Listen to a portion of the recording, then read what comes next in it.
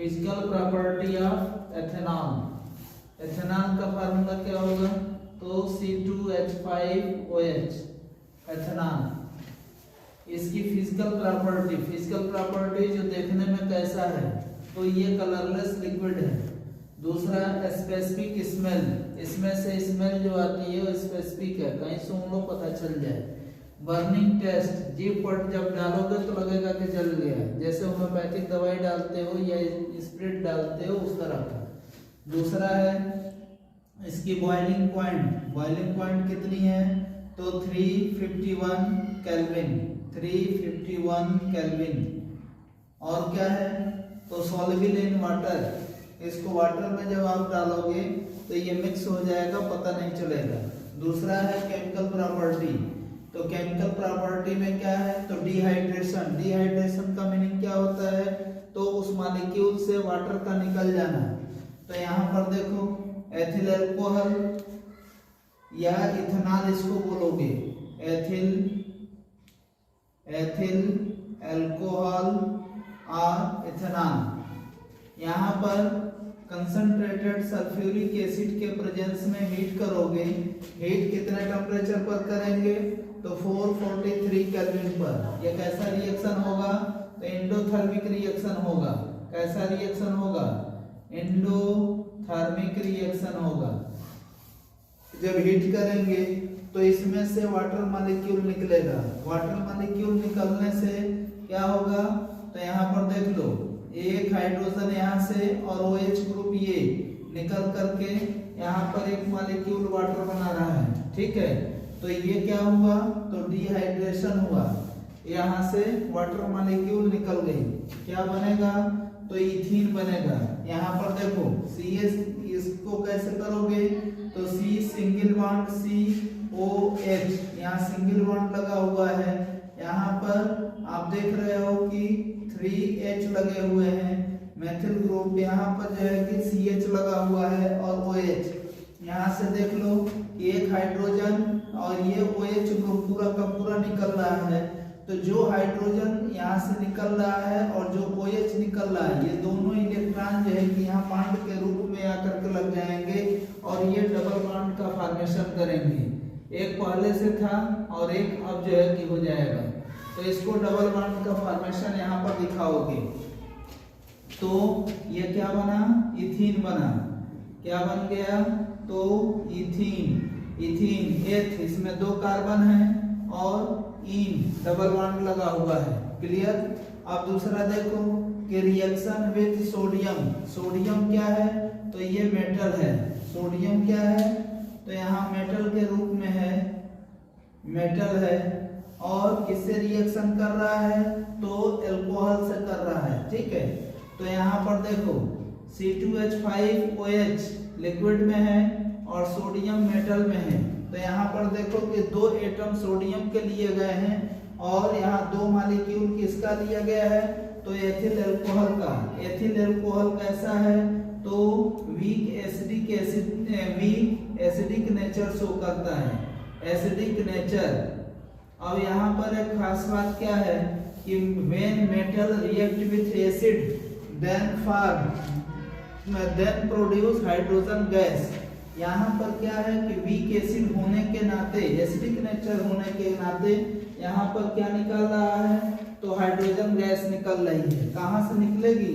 तो इसका स्ट्रक्चर बनाओ C2H5OH। तो इसको क्या करोगे? सोडियम से रिएक्ट कराना है।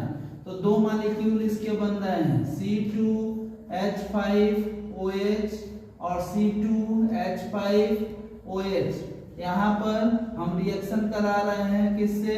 तो 2 सोडियम से, Na+Na। Na क्या है? तो मोर रिएक्टिव है विथ कंपेयर टू हाइड्रोजन।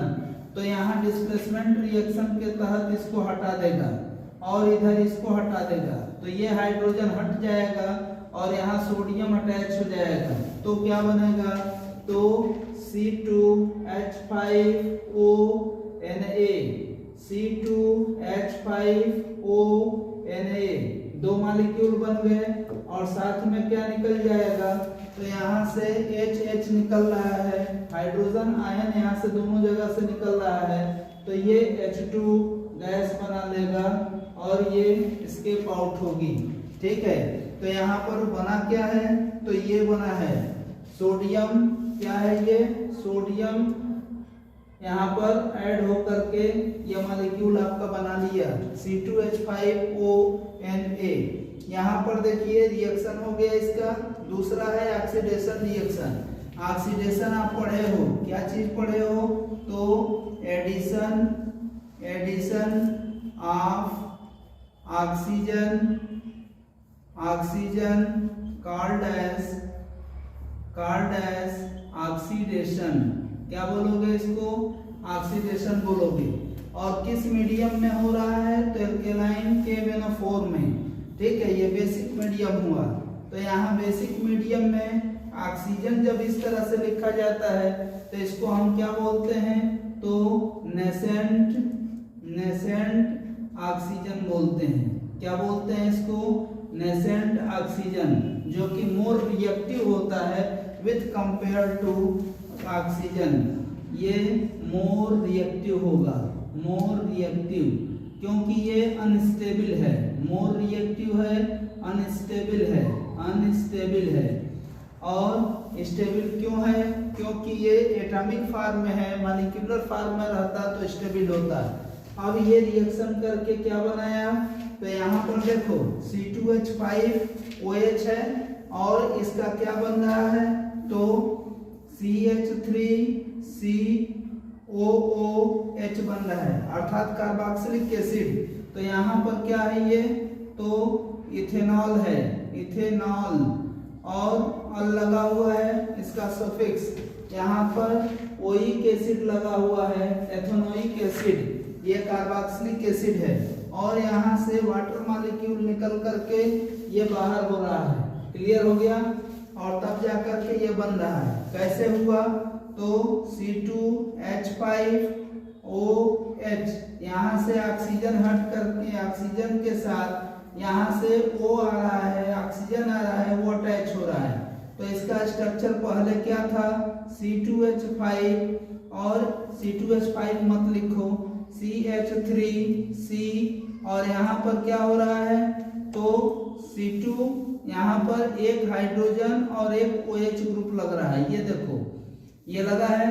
तो ये यहाँ से हट जाएगा, और जब हटेगा तो ये ऑक्सीजन यहाँ पर अटैच होगी। तो अब इसका स्ट्रक्चर क्या हो जाएगा, तो CH3CO और OH हो जाएगा। तो अब यहाँ पर ये जो ऑक्सीजन लगा हुआ है ये क्या करेगा, तो डबली बॉन्डेड हो जाएगा, और ये सिंगल बॉन्ड होकर के लगेगा।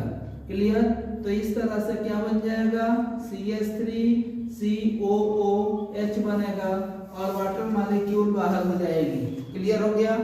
दूसरा देखो, दूसरा क्या है, एस्टरिफिकेशन, एस्टर का फॉर्मेशन। एस्टर कब बनता है, तो कार्बोक्सिलिक एसिड और अल्कोहल के मिश्रण से या मिक्स करने से, अल्कोहल के मिलने से क्या बनता है, तो एस्टर बनता है।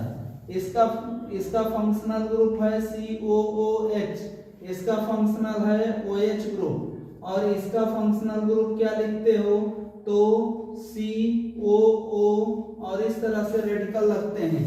यहाँ पर क्या लगेगा, तो एल्किल ग्रुप R लगेगा, यहाँ R' लगेगा।